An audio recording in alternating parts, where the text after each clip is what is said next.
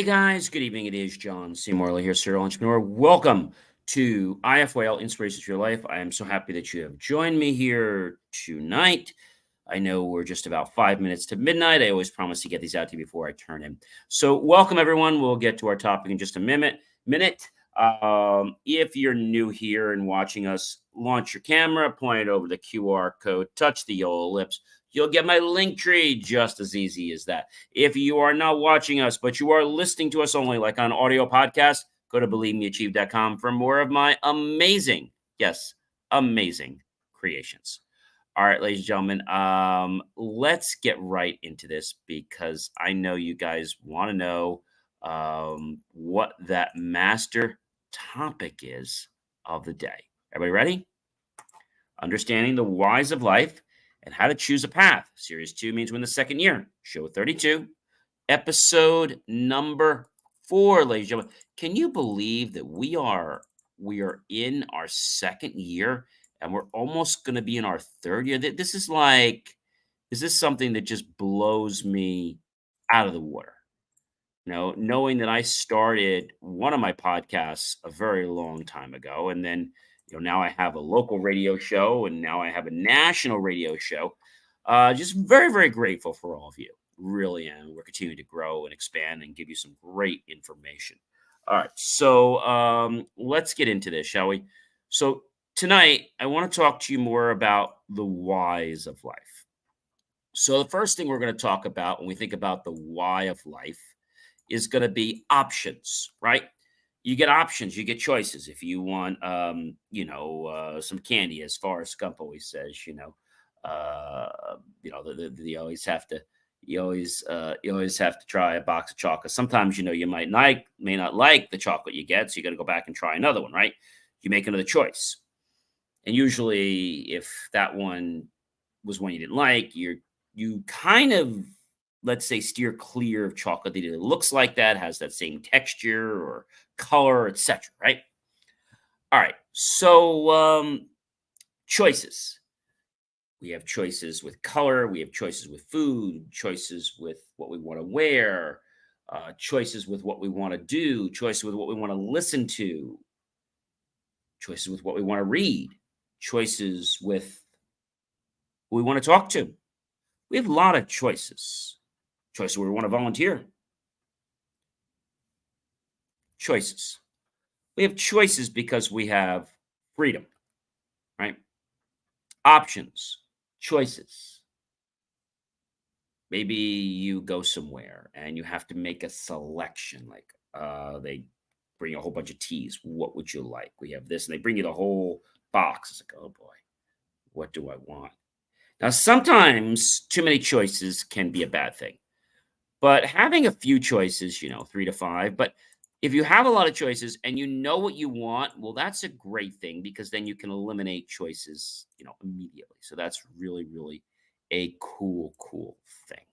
All right. So when we think about choices or we think about options, we pick the one that we think we're going to enjoy the most, or maybe we pick the one that we've had in the past that we did enjoy, or something similar, right? So we have two things. When we think about the whys of life, we have something called proactive and we have something called reactive. Let's talk about those two. So proactive is pretty cool. That means that you're going to take steps to do what you need to do before something happens. So let's say you're on this journey and your whys of life tell you before, you've gotten lost. So you're going to be proactive. You're going to make sure that you take note of where you started, where you parked your car. Maybe you're going to put a trail down so you know your way back, right? Those are cool things you can do. Now, what's reactive? Well, reactive is like, oh, shoot.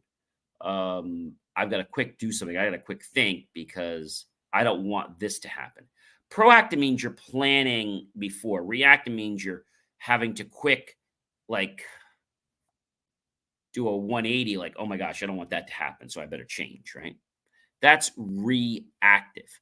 Now, a lot of people in life don't want to be proactive. Why? They're lazy. And they figure, well, what's the worst going to happen? I'll just do this later. But then when they see what happens, like, oh my gosh, what am I going to do? What am I really going to do? And then you're figuring out, you're like, oh my gosh, I don't know what I'm going to do. I have no idea what I'm going to do. Right? I have no idea. And so if you have no idea, then what does that mean to you? What does it mean to you?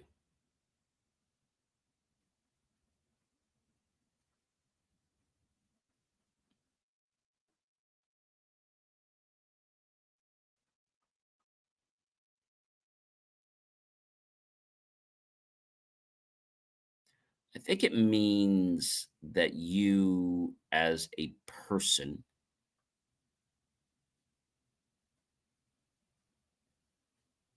are about things that may not necessarily be in alignment with what you want. Okay. And if we understand that, and we know that there's something called reactive and proactive. So if we're reactive, well, we're going to be a lot more like jittery. We're not going to be so focused. If we're proactive, we're thinking ahead, right? And that's a really good thing to do. So always plan ahead. There are two paths in life, ladies and gentlemen. There is the path which is the most traveled, and there's the path that's the least traveled. Now, when we're outside or we're on a trail, like when I was with the scouts, being an Eagle Scout, we want to take the path that is the most traveled because we want to look for the path that actually had traction on it, right? That's the most just had taken a shower, so my hair was a little wet. But we want to take the path that is the most traveled when we're outside, or we're, let's say, on a journey. We want to get our way back because that's the one that more people are taking, and that's the one that leads to people getting out. Now, when we're on a path in our life, we want to choose the path that is the least followed. Why? Because that's the path and we're going to have the greatest epiphany moments. We're going to have that greatest um, sense of where we're going or where we're not going. That's pretty cool. That is really, really cool. And so you might be saying to me, John, how is it that I can do that? Well, if you've got all these different things that you're doing, right?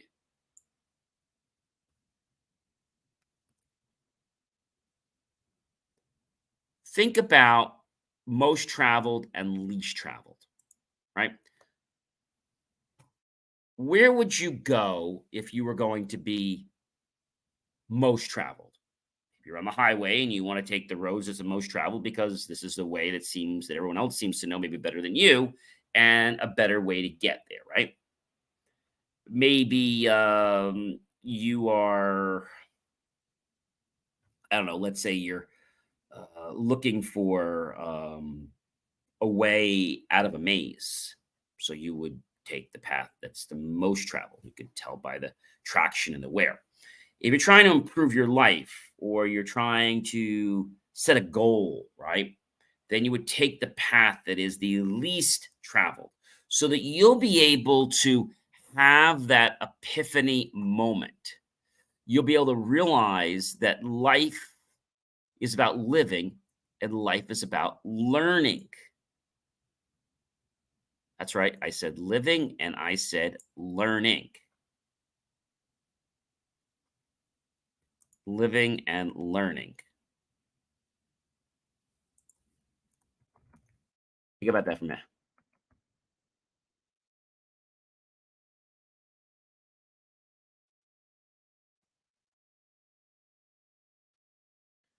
What does it mean to take the path that is least followed? I think what it means is that we have to come up with our own way. We have to make our own interpretations. That's what we have to do. And if we can make our own interpretations, then, only then, will we be able to get new insights?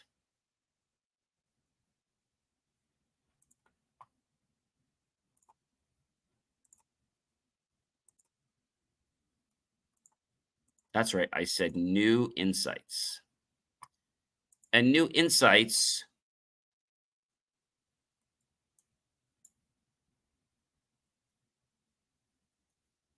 are pretty interesting. Insights come from what we've done in the past or what we've learned about.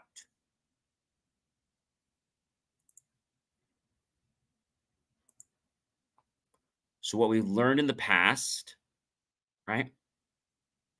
Or what we're in process with.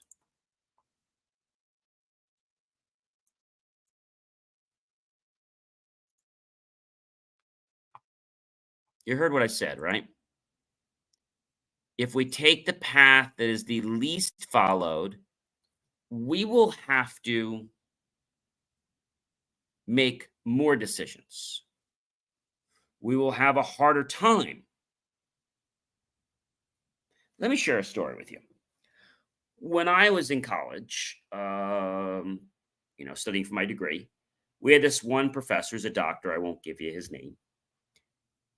And this one class met one day a week. And so this class meant for a long time. I think it was over 2 hours, might even been 2.5 hours. And so whenever he gave homework, he had the whole week to finish it.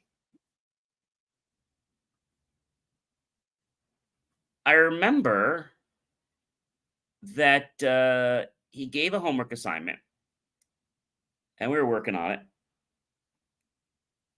And then I also remember that I was trying to finish this project, but it wouldn't work properly. I didn't get why. And finally, I decided it was a Sunday night. I decided to put it aside, go to church, come back, have some pizza at the Hawk's Nest, and then come back home and work on it. And as I came back, just about before I was about to go to sleep, I should say, I had an epiphany moment. I was like, "Oh, John, I can't believe I did that." So we were learning linked lists. And linked lists are something you create dynamically in memory on the computer. So they get created at runtime. They don't get created compile time, which is where most variables are created. This is created at runtime. So we were creating let's say, a linked list, and then we would attach records to it that we're going to pull in, like from bowling scores, etc. So what would happen is the program would read a file. It would pull in the values that were last stored and pull them into the link of the linked lists. And so linked lists are basically pointers in memory. And so you have your one side, which could have your record or whatever type of data it is.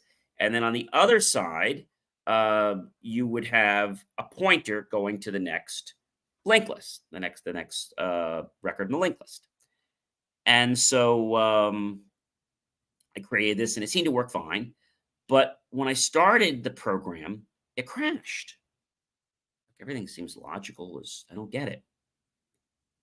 Well, what I finally realized is that there's a bug with linked lists in computers. When you create them, I was under the impression that they always started out as zero, as null, as nothing in them. Really, zero, null, meaning nothing was in them. What I quickly found out, because I went to read them, and I'm like, oh, wait a minute. I shouldn't be reading them. They probably have garbage in them. And I looked at it. They do have garbage in them. I needed to initialize the linked list, and then I could put data. I'm like, oh, that makes sense.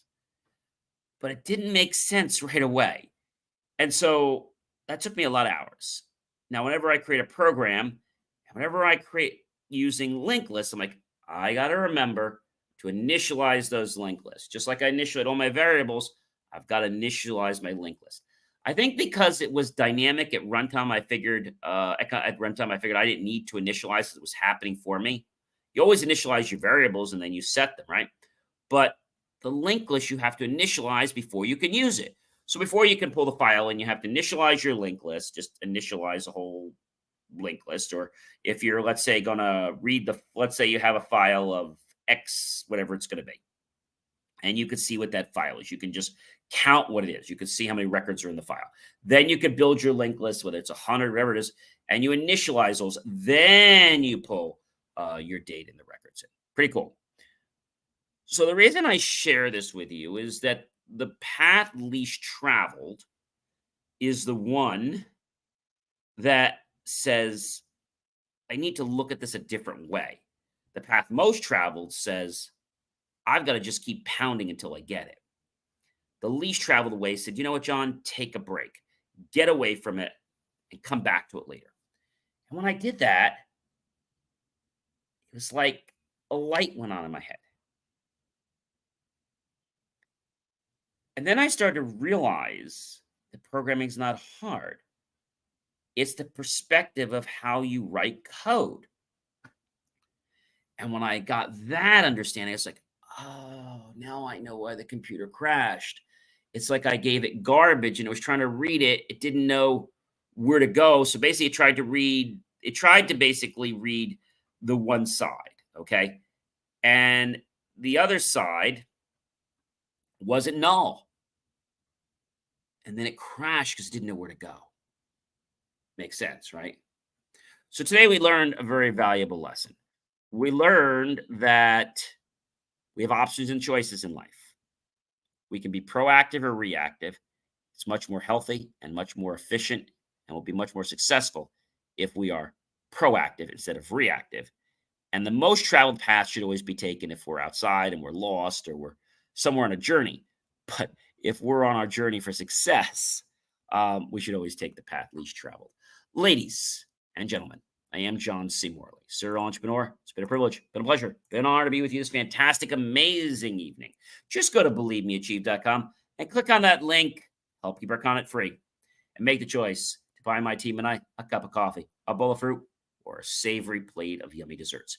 Either way, we'll be grateful for those pennies and dollars. We'll invest into new hardware, new technology, new equipment, new software, even new facilities, even the most jaw-dropping motivational content to empower you to have an outstanding life. Have yourself a great rest of your night or morning. And I'm going to see you guys on another video. You know when? Real soon. But if you can't wait for that, you can check out all my great videos that are available 24 hours a day, 365 days a year at believemeachieve.com. And let's start putting the mental diet that we need into our brain so we can become better versions of ourselves. Have a great one, everyone, and be well.